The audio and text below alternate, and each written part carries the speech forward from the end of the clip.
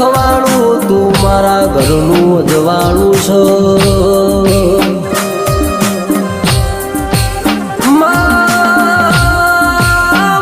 જેને મજૂરી ખાતર મલખ મેલ્યો હોય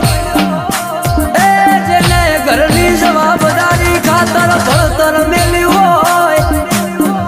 એ જેનું ખોવાઈ ગયું હોય ન તારા સિવાય બીજું ખોળનાર મળણ